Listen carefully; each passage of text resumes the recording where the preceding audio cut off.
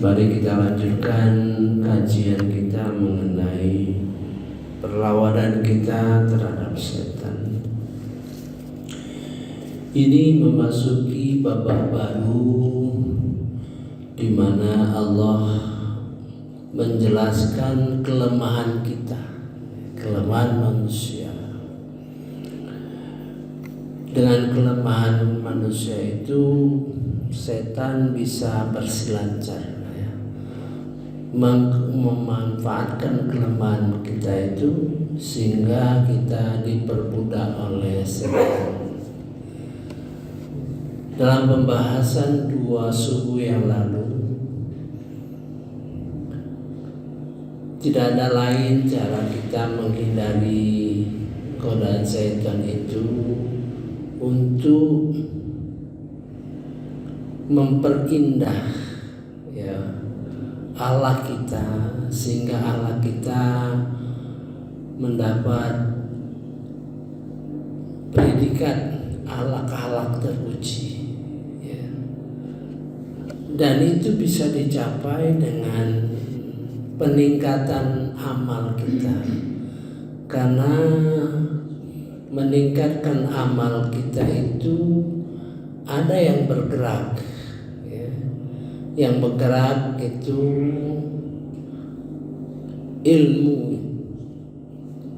ilmu itu bergerak naik, Nah, meningkatkan amal itu saya sudah contohkan.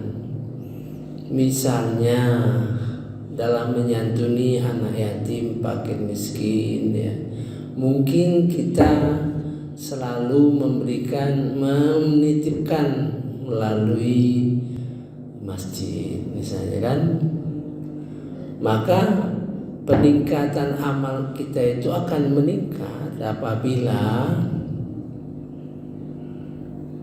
4 komponen di dalam usaha meningkatkan amal kita itu bergerak. Misalnya fisik, materi, kolbu, hati, fikir dan zikir. Kalau itu bergerak, maka amal kita meningkat. Bagaimana meningkatkan amal kita? Seperti mungkin kita pada satu saat mengantarkan santunan itu kepada anak yatim atau orang miskin. Jadi kita bergerak ke rumahnya. Satu usaha menggerakkan kaki kita, mendatangi. Ketika kita masuk ke rumahnya, terasa oleh kita bahwa kebutuhan mereka itu besar dari yang kita berikan.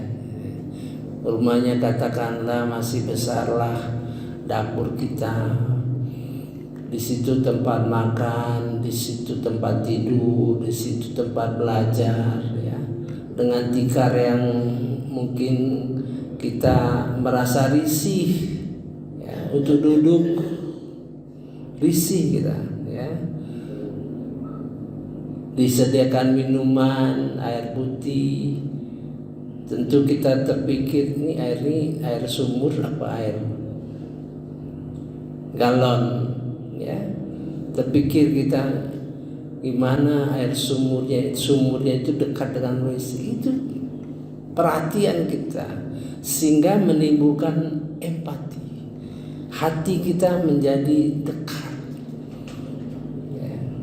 Begitu juga mungkin kalau ada rezeki akan meningkatkan santunan kita, dari 100.000 mungkin 200.000. Itu bergerak semua itu. Bergerak itulah akan meningkatkan amal kita. Kita berpikir bahwa bersyukur karena rezeki yang diberikan Allah kepada kita, sehingga kita lapang untuk memberikan santunan. Zikir gak meningkat gitu. Nah, meningkatnya ini akan memperbaiki akhlak kita. Misal tidak mungkin kita berkata kepada yang miskin itu dengan kata-kata yang tidak simpati. Ya. Seandainya orang yang nggak punya itu datang berkali-kali ke rumah kita minta bantuan, tidak akan sampai hati kita mengatakan sesuatu perkataan yang menyakitkan hati, gitu kan? Itulah alak-alak meningkat karena meningkatkan amal ibadah kita. Seluruh amal ibadah kita itu membuahkan akhlak-akhlak yang mulia. Makanya Rasulullah mengatakan, tidaklah aku diutus kecuali memperbaiki akhlak. Akhlak itu terbagi berbagai macam, ya.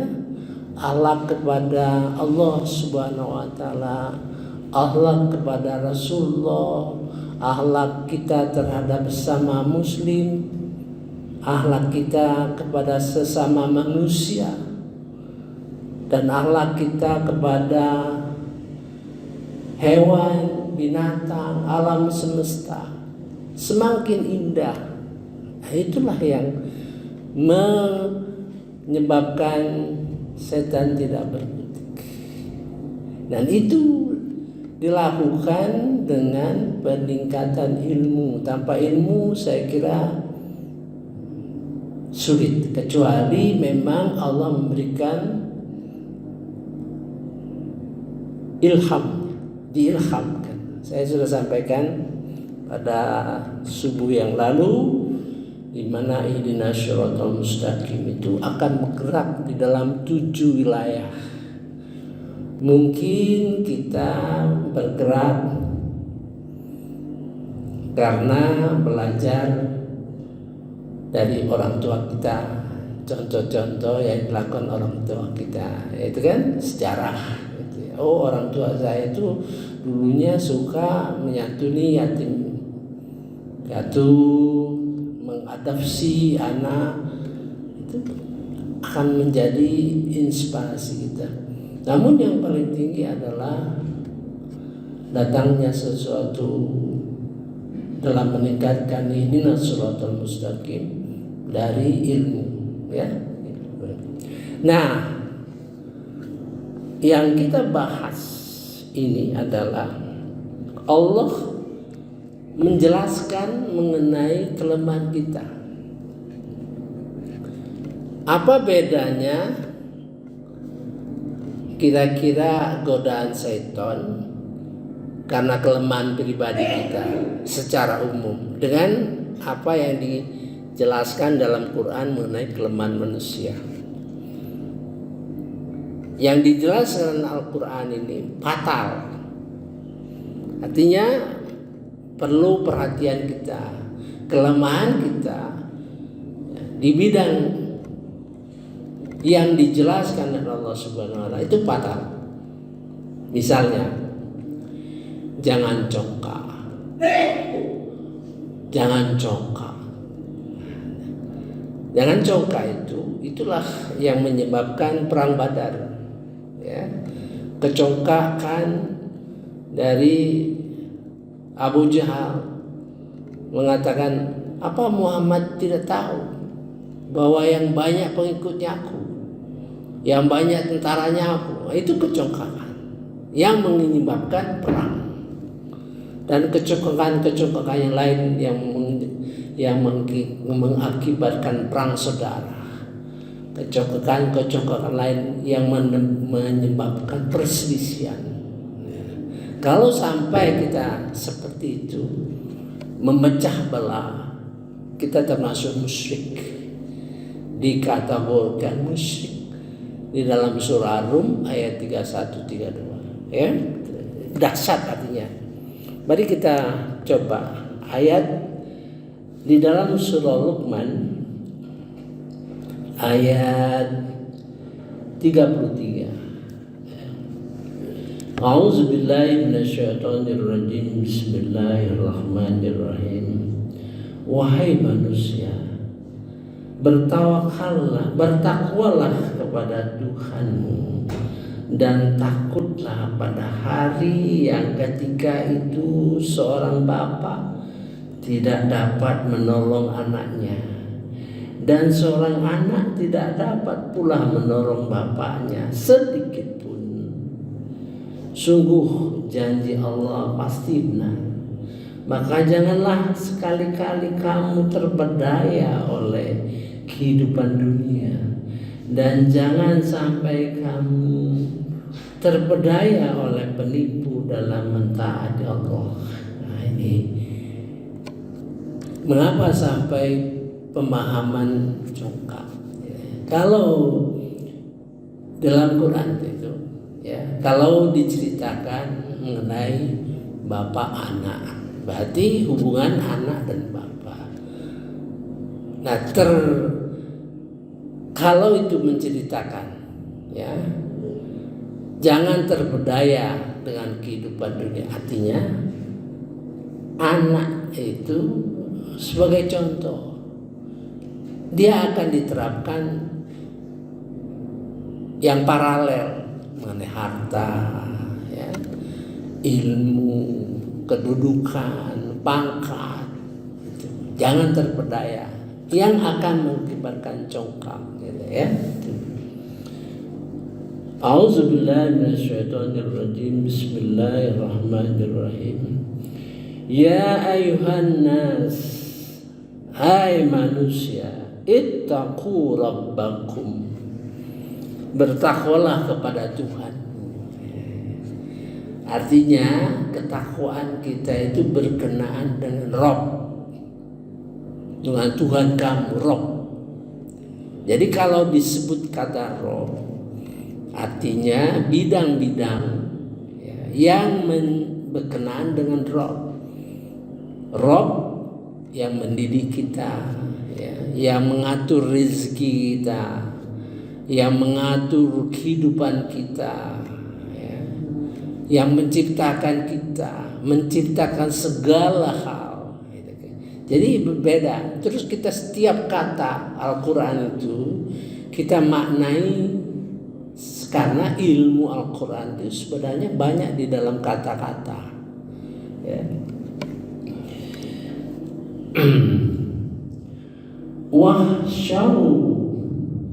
Wahsyau, takutlah.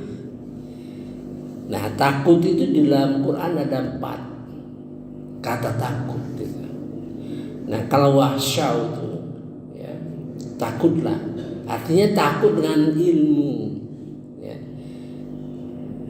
Ada takut karena perasaan, ada takut karena akan ketemu dengan Allah Subhanahu wa Ta'ala. Ini takutlah, artinya takutlah dengan ilmu pengetahuan. Kamu harus punya ilmu. Ada orang takut karena ilmu. Misalnya, contoh simpel aja. Ada sekelompok mahasiswa baru, kemudian rektor lewat di tempat mereka, di depan mereka duduk. Karena mahasiswa baru, dia nggak tahu itu rektor. Tidak ada dia rasa penghormatan, karena dia nggak tahu.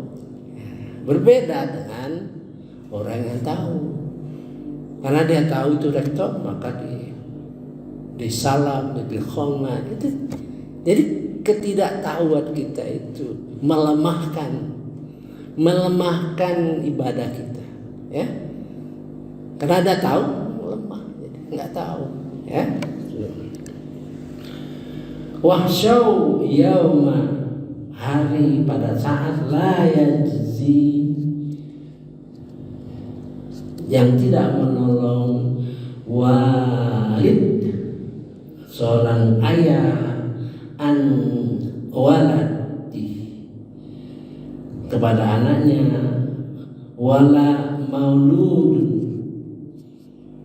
dan anak, wajazin, dia tidak menolong an walidihi syai'a, tidak bisa menolong, masing-masing sendiri-sendiri. Jadi kita bayangkan hari-hari berkenaan dengan kiamat gitu. Itu berkenaan kita di dalam surah Al-Baqarah itu, siapa orang yang bertakwa itu antara lain wabil akhirati hum yuqinun, yang yakin terhadap hari akhirat. Jadi kalau kita yakin ini akan terjadi, tentu tidak akan ketipu dengan dunia ini, gitu ya. Jadi ini dicontohkan anak. Nah, kalau kita dicontohkan anak, berarti harta, kedudukan, ya, pengikut yang banyak, bisa menimbulkan kecongkakan, bisa menimbulkan perang, bisa menimbulkan perselisihan tajam, karena setan akan memanfaatkan kelemahan itu. Dan apabila ini diberitakan dalam Al-Quran, ini bahaya, bisa masuk neraka artinya, ya. Kalau misalnya kekurangan karena kelemahan pribadi kita yang kecil-kecil, misalnya ya suka melihat orang itu dengan mata sebelah, gitu. Suka melihat orang dengan mata sebelah artinya nggak benteng orang itu, ya. Jadi kita kurang mau bergaul sama dia. Nah, itu pahalanya jadi nggak ada pahalanya. Nah, itu ya beda. Inna wa'dallahi haqqa, sesungguhnya janji Allah itu benar. Maka fala taghurrannakumul hayatud dunya, maka janganlah kalian terpedaya oleh kehidupan dunia. Taghurra ada taukid namanya, kalau nun taukid, sungguh jangan kamu terpedaya dengan kehidupan dunia, terpedaya karena harta, terpedaya karena anak-anak yang banyak, anak-anak yang sukses, terpedaya oleh ilmu, ya, karena kamu berilmu banyak pengikut. Nah, itu juga menimbulkan kecongkakan, ya. Wala yaghurrannakum, dan jangan sampai memperdaya, ya, terhadap billah, terhadap Allah, al-ghurur, diperdaya oleh terhadap Allah oleh setan, ya. Itu mari kita kaji nanti di mendalam sambil meresapi, ya, ayat-ayat Al-Quran dan sebagainya. Ini di dalam surah Al-Luqman. Luqman ini berkenaan orang musinin. Sebenarnya orang musinin itu diceritakan di dalam surah Luqman ini. Orang musinin itu, jadi dengan mempelajari, ya, 34 ayat ini secara mendalam dan bertahap, kita tergambarlah orang musinin itu. Jadi orang musinin itu sudah insya Allah tidak akan terpengaruh oleh kehidupan dunia, ya, insya Allah tidak Jadi ada sisi ini pemahaman Quran ini, kata kuncinya dalam surah Al-A'raf itu, dalam surah Al-Kahfi, ya, Al-Kahfi ada kata, ya, Alhamdulillahilladzi anzala ala abdil kitab. Bersyukurlah, alhamdulillah, Tuhan menurunkan kitab Al-Quran, disampaikan kepada Nabi Muhammad, artinya itu. yang isinya walam yaj'al lahu, yang isinya jadikan walam yaj'al lahu iwaja, tidak bengkok, tidak bengkok, qayyimah, lurus. Nah, mengapa ada dua kata tidak bengkok, lurus? Padahal bisa saja dikatakan isinya lurus. Nah, gitu kan. Jadi ada cerita di dalam Al-Quran ini, ada yang bengkok, ada yang lurus. Ya. Yang lurus itu tetap lurus. Yang bengkok itu diluruskan. Ya. Jadi memahaminya itu dua sisi. Ya. Jadi kita bisa dalam mengerti Al-Quran itu apabila ilmu cara memahami Al-Quran itu walam yaj'al lahu iwaja, tidak lurus, tidak bengkok. Subhanakallahumma wa bihamdika asyhadu an la ilaha illa anta astaghfiruka wa atubu ilaik. Wallahu a'lam. Wassalamu alaikum warahmatullahi